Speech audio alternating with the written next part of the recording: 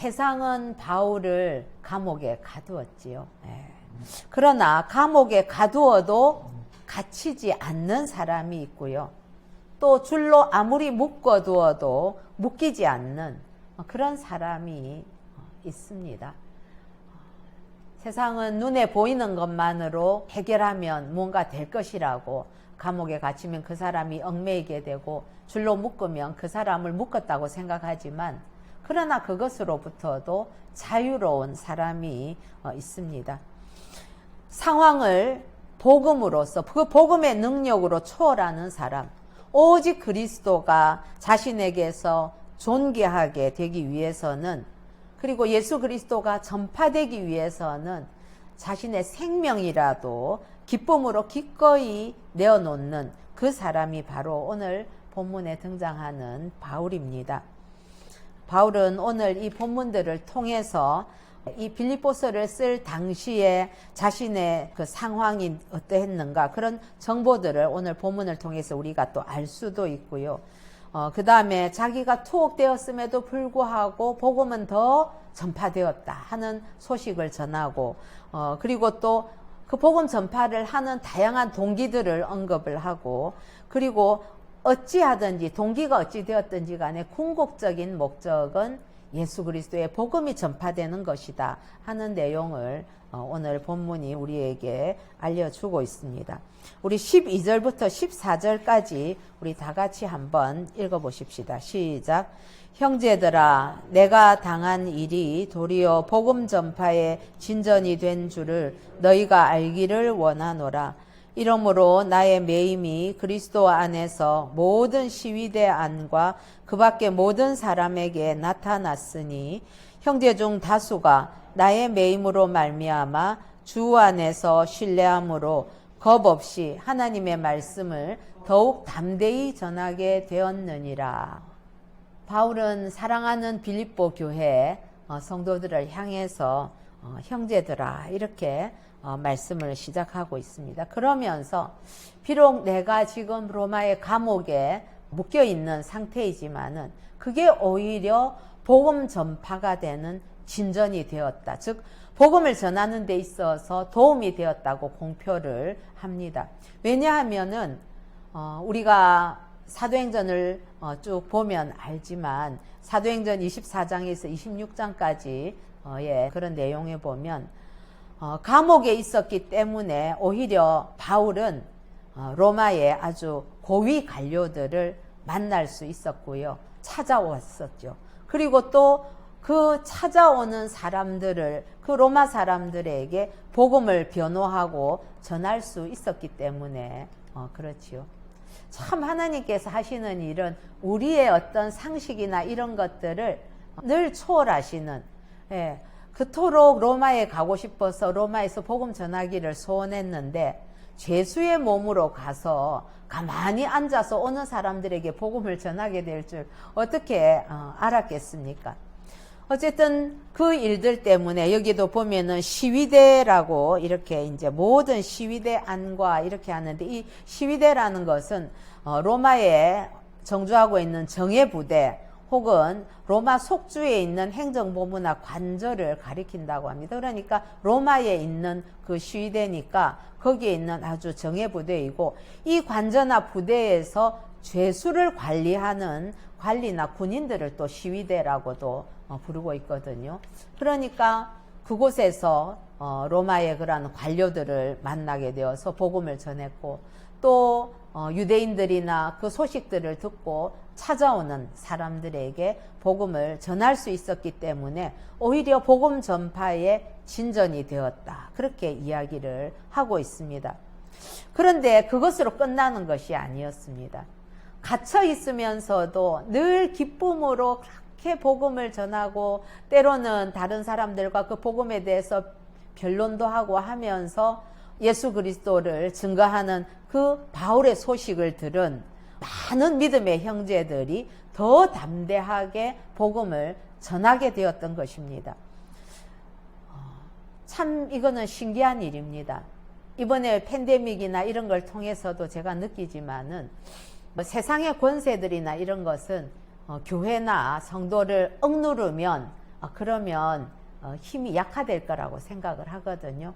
그러나 2000년 기독교사에 보면 기독교는 항상 억누를 때 오히려 더 고난 속에서 힘있게 튀어오르는 것이 기독교지요.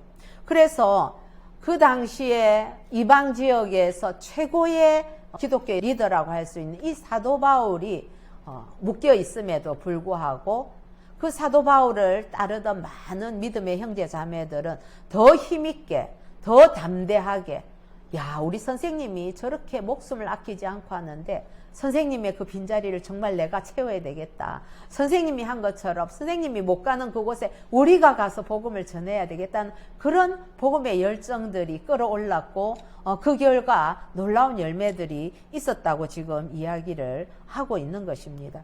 이처럼 바울은 감옥에 매여 있었지만은 복음은 결코 매여 있을 수 없었고 오히려 더 계속적으로 확장이 되어갔던 것이지요.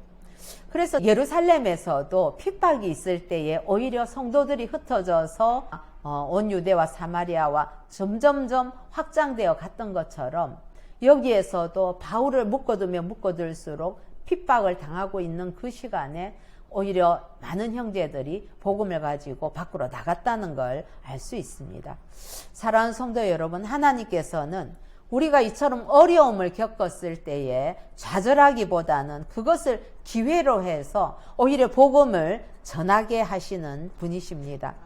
그렇기 때문에 우리가 때로 환난을 당했다 할지라도 여러 가지 어려움을 당했다 할지라도 결코 좌절해서 움츠러들 필요가 없는 것이지요. 우리가 처한 그 상황에서 오직 하나님을 의지하면서 최선을 다하면 열매는 하나님께서 거두실 것입니다. 하나님께서는 전혀 우리가 생각지 못했 그런 방법으로 하나님의 시간에 우리에게 닥친 그 위기를 오히려 기회로 바꾸어 주실 것입니다. 그런 모습을 통해서 많은 주위의 사람들이 믿음의 도전을 받게 될 것입니다. 저는 이 설교들이 매번 이렇게 이제 유튜브에 막 올라가는 것이 사실 참 개인적으로는 굉장히 마음에 많은 부담이 있기도 합니다. 그러나 또 한편으로 생각해 보면 이 코로나 팬데믹이라는 이 위기 때문에 사실은 이 설교를 유튜브를 통해서 이렇게 다른 사람들과도 나눌 수 있는 기회를 갖게 된 거 보면 정말 하나님께서는 우리의 생각을 뛰어넘어서 위기를 기회로 만드시는구나. 그래서 그 하나님을 믿고 제가 너무 부족하지만 또 그걸 통해서 일하시는 분은 하나님이시기 때문에 순종하는 마음으로 이 일을 하게 됐지요. 그렇습니다. 하나님께서는 우리에게는 위기일지 모르지만 하나님께는 그거는 뒤집으면 기회가 얼마든지 되도록 바꾸어 주시는 분이십니다. 이처럼 성도는 이 위기 때에 오히려 이걸 어떻게 해서 고난 가운데 있고 또 손이 닿지 않던 자들에게 복음을 전할 수 있을까 하는 복음 전할 기회로 삼아야만 될 것입니다. 사면초가와 같은 그런 어려움이라 할지라도 우리가 그 분명한 믿음의 확신, 지금 이 사도 바울은 그 확신에 차 있는 거거든요. 그렇게 흔들리지 않을 때에 우리를 통해서 우리 안에 있는 그 복음의 능력이 드러나게 될 것입니다. 뿐만 아니라 때때로 우리가 이렇게 신앙생활을 하다 보면 지도자가 굉장히 어려운 지경에 처할 때가 있을 것입니다. 지도자가 때로는 환난과 핍박을 당하든 아니면 본인의 잘못으로 인해서 어떤 징계를 당하든지 간에 그럴 때에도 공동체가 흔들리지 아니하고 하나가 되어서 오히려 기도하면서 버텨내면 그게 더 전화위복이 되는 그런 경우들이 있지요. 그런데 우리가 어려움을 처했을 때에 해야 될 것은 두려움에 휩싸이지 않도록 해야 되겠다 하는 것을 다시 한번 내가 참 주의하고 지켜야 될 것이다 라고 정리를 해보았습니다. 왜냐하면 위기 가운데서도 하나님께서 역사하실 것이다 하는 그 믿음의 확신을 가져야 되기 때문이지요. 상황을 두려워할 것이 아니라 우리 안에 계시는 그 예수 그리스도의 사랑과 소망을 담대히 나누어야 됩니다. 이번에 팬데믹을 지나면서 보게 되는 것은 이 바이러스 자체가 우리의 생존이나 이런 것들을 크게 위협하는 것은 아니었습니다.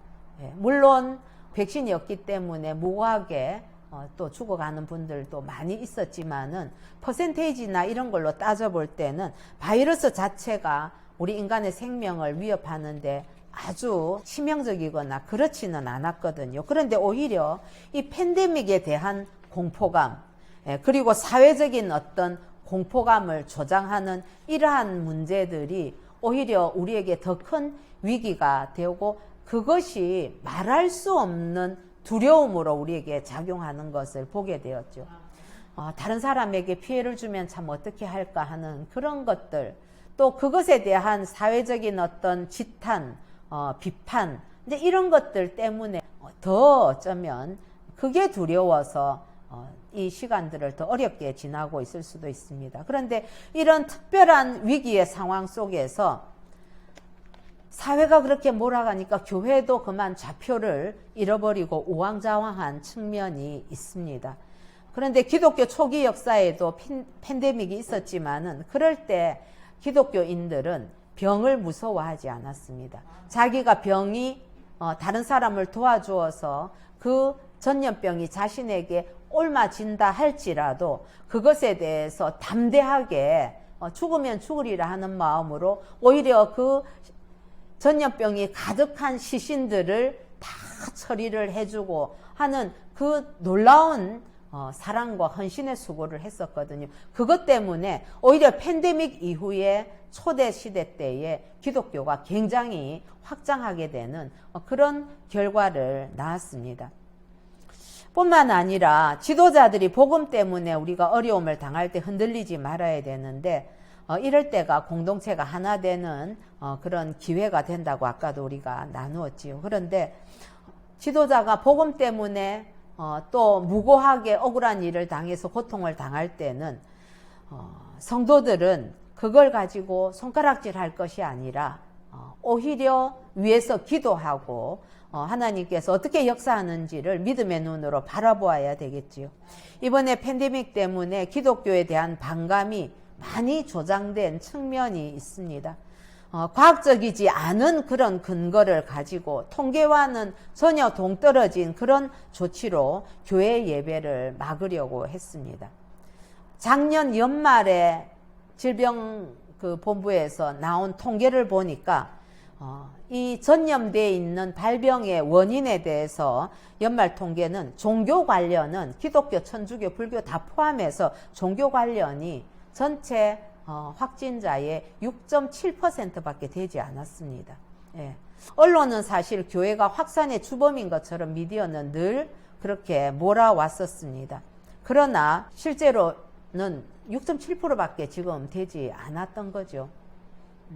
물론 그게 정당하다든지 그런 의미는 물론 아닙니다.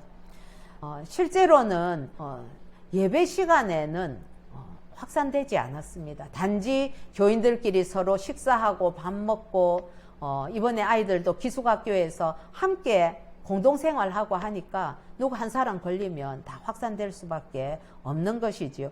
제가 이렇게 말씀드리는 것은 이게 사회를 향해서 우리가 그걸 적대시하라든지 아니면 이기적인 어떤 마음이나 교회나 성도가 되라는 의미가 결코 아닙니다.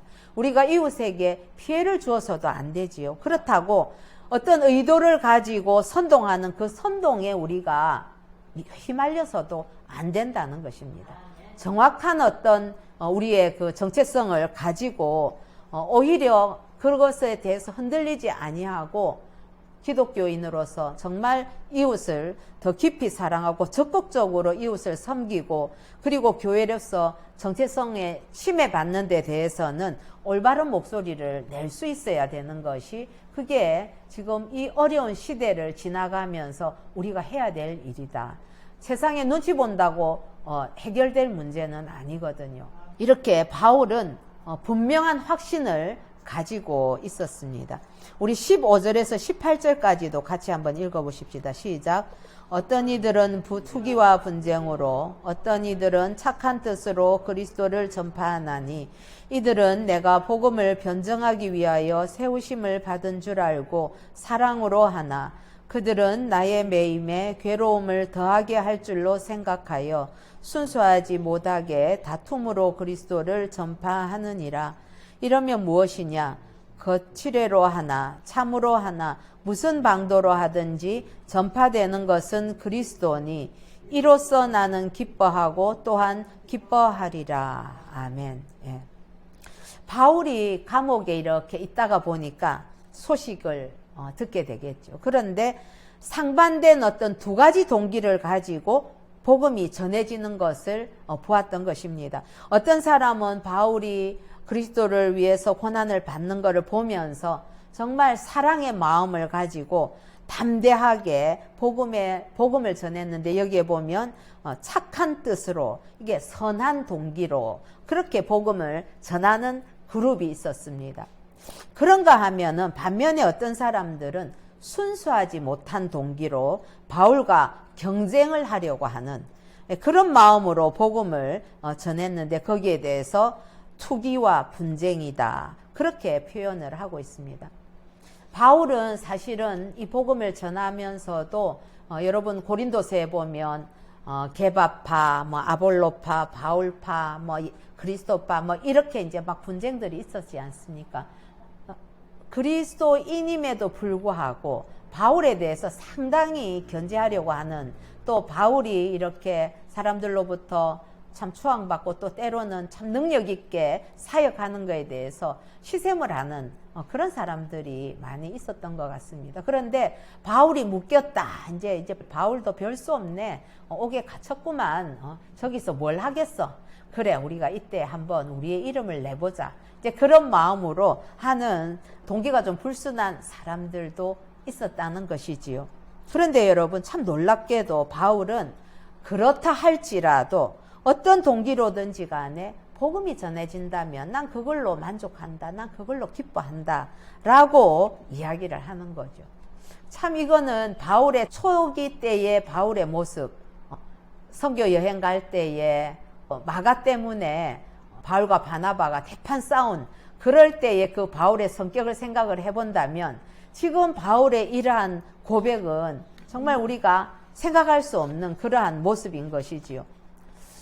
바울이 왜 이런 생각을 할 수 있었을까? 도대체 그 사람의 마음은 어떠했기에 그랬을까 보면은 주인의 일을 하는 종은 주인에게 유익을 주는 존재입니다. 그래서 종된 이 바울은 정말 진정으로 사랑하는 주인 대신 그 그리스도를 위해서라면 죽을 수도 있고 또 주인에게 좋은 일을 하고 나서 멸시와 천대를 받아도 심지어 십자가를 진다 할지라도 오히려 감사하는 그런 철저한 종의 자세와 그 마음이 있었기 때문일 것입니다. 그래서 복음이 전파되는 것을 이렇게 그 동기가 좀 불순하다 할지라도 복음을 전파하는 그것 때문에 우리 주님이 기뻐하시면 우리 주님이 존귀하게 된다면 그래 난 괜찮아. 내가 그것 때문에 좀 웃음거리가 된다 할지라도 그들에게 내가 좀 비아냥거림의 대상이 된다 할지라도 나 그걸로 개의치 않아. 나는 주님만 존귀하게 되면 기쁘다라는 이 놀라운 고백을 하고 있는 것이지요. 바울은 하나님 중심으로 생각하고 그리스도의 심장으로 느끼면서 오히려 기뻐할 수 있었던 것입니다. 인간적으로 생각하면 바울이 얼마나 복음 전하는 일에 자기의 전 생명을 거는 사람인데 자기가 그렇게 매여서 마음대로 운신도 하지 못하고 제한된 범위 내에서만 자기가 사역을 할 수 있는데 얼마나 그 복음 전파에서 배제된 그러한 자기의 상황이 얼마나 서러웠겠습니까? 그런데도 그것을 뛰어넘는 이 바울의 모습 참 얼마나 그 믿음과 그 마음이 아름답고 그 깊이가 얼마나 깊은가 하는 것을 알 수 있는 것이지요. 성도는 하나님의 일을 할 때에 선한 동기로 하는 것이 맞습니다. 바울은 똑같이 복음 전할지라도 순수하지 못한 동기로 할 수도 있다는 것에 대해서 지금 바울은 알고 있고 또한 그것에 대해서도 수용을 하지요. 그럼에도 불구하고 우리가 복음을 전할 때에도 어떤 내만 어떤 실적을 많이 올린다. 이게 뭐 보험회사도 아니고 선도하는데도 예전에 한동안 막 그렇게 보험회사의 방식들이나 그런 시스템 같은 거 많이 적용했던 사례들도 있었지요. 그러나 그렇게 경쟁심으로 혹은 자신의 능력을 막 드러내거나 과시하려는 욕심으로 하는 것은 결코 아름답지 않습니다. 아주 주의해야 될 부분이라고 생각을 합니다. 이게 소극적이거나 아주 방관하는 그런 태도보다는 좀 나아 보일 수도 있지만 나중에 많은 부작용이 있다는 것을 저는 보았습니다. 동기가 정말 순수하고 선한 의도를 가지고 하는 것은 매우 중요한 일이다. 그렇게 생각을 합니다.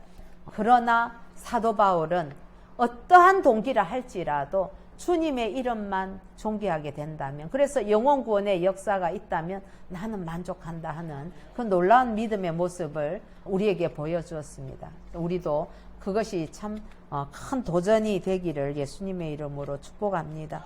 이제 마지막 우리 19절부터 21절까지 한번 읽어보십시다. 시작. 이것이 너희의 간구와 예수 그리스도의 성령의 도우심으로 나를 구원에 이르게 할 줄 아는 고로 나의 간절한 기대와 소망을 따라 아무 일에든지 부끄러워하지 아니하고 지금도 전과 같이 온전히 담대하여 살든지 죽든지 내 몸에서 그리스도가 존귀하게 되게 하려 하나니 이는 내게 사는 것이 그리스도니 죽는 것도 유익함이라. 아멘.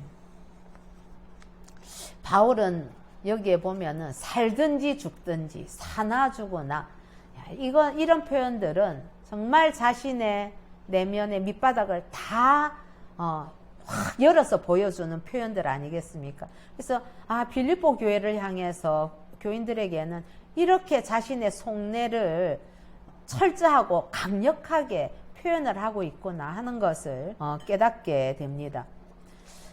바울은 그렇습니다. 자신이 나를 구원에 이르게 할 줄 아는 거로 여러분들의 기도와 그리고 성령의 도우심으로 내가 풀려나게 될 줄 아는 거로 그렇게 이야기를 합니다.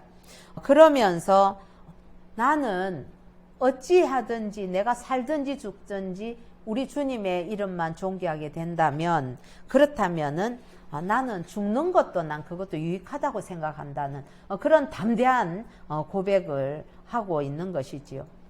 사랑하는 성도 여러분, 여러분들은 어떻습니까?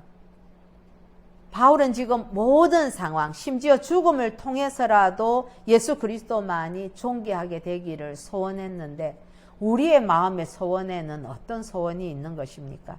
내가 존귀하게 되기를 원합니까? 아니면 그리스도가 존귀하게 되기를 원하십니까?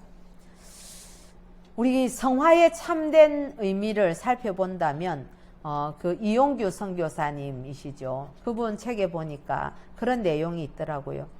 주님과 함께 걷는 그 삶의 여정에서 나는 점점 작아지는 것을 경험하는 것, 그리고 결국 우리 주님의 발자국만 남게 되는 것, 그게 바로 성화가 아닐까 그렇게 얘기하면서 자신이 성화되어서 인격적으로 성숙해지고 멋있고 매력적인 그러한 훌륭한 그리스도인으로 변화되는 그런 것이 아니라 결국은 내 모습은, 내 자취는 점점 없어져서 내가 온전히 죽고 내 안에 그리스도만 남아서 나를 통해서 주님만이 드러나는 그것이 바로 성화의 과정이다. 그렇게 표현했는데 저 참 깊이 동감을 하게 되더라고요.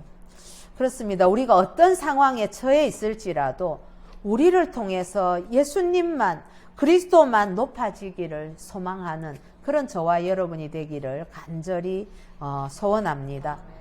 뿐만 아니라 우리가 어떤 높은 위치에 오르고 또 우리가 평안을 누리고 있을 때는 그것을 가능하게 해주신 그 주님을 높여야만 할 것입니다. 그래서 제가 우리 지도 목사님께 배운 것 중에 아주 손 꼽는 것 하나가 있다면, 제가 목사님 기도해 주셔서 감사합니다. 목사님 이렇게 해 주셔서 감사합니다. 그러면 목사님께서는 10이면 10번, 100이면 100번 다 하나님의 은혜입니다. 예, 조금이라도 혹시라도 주님의 영광을 가로채게 되지는 않을까 하는, 그렇게 처절하게 당신의 이런 인간적인 어떤 그 이름이 드러나거나 그런 그 공로가 드러나는 것을 거절하고 모든 것을 하나님의 은혜로 돌리는 것, 그런 것들을 보게 되었지요. 사랑하는 성도 여러분, 그래서 우리가 어떤 것들을 누릴 때는 그걸 가능하게 하신 그 주님을 찬양하며 하나님의 은혜를 찬송하시는 저와 여러분 되기를 소원합니다. 바울은 감옥에 갇혀 있는 절망적인 순간 속에서도 담대한 믿음과 복음을 위해서 최선을 다하는 그 삶을 통해 예수님을 높이려고 했습니다. 그리고 내가 죽는 것조차도 유익하다면 내가 기꺼이 그리하리라 하는 그러한 신앙 고백을 했었던 것이지요. 우리가 바울과 같은 그렇게 상황을 초월해서 하나님을 의지하고 예수님을 높이시는 그런 은혜가 있기를 간절히 소원하면서, 우리는 그게 불가능하지 않다는 것을 바울을 통해서 다시금 배우게 되는 것이지요. 네, 그렇습니다.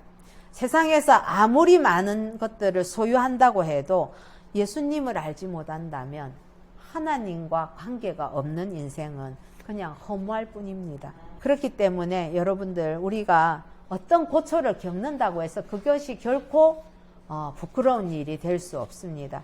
오히려 그럴 때에 우리 사도 바울과 같이 나를 십자가에 못 박은 그리스도인은 내가 사는 게 아니야, 내 안에 그리스도께서 사시는 것이라는 그런 갈라디아서의 그 말씀을 붙들고, 그래서 정말 내게 사는 것이 그리스도니 죽는 것도 유익하다는 그러한 고백을 할 수 있어야만 할 것입니다. 믿음이 없으면 성공해도 세상에 매이게 되지만, 믿음이 있으면 세상적인 성공은 하지 못한다 할지라도 그 어떤 것으로부터도 얽매이지 않습니다. 그래서 고난을 기회로 바꾸고 모든 상황에서 하나님을 높일 때에 복음은 우리를 통해서 계속 전파된다는 이 사실을 붙들고 승리하는 저와 여러분 되시기를 예수님의 이름으로 축복합니다.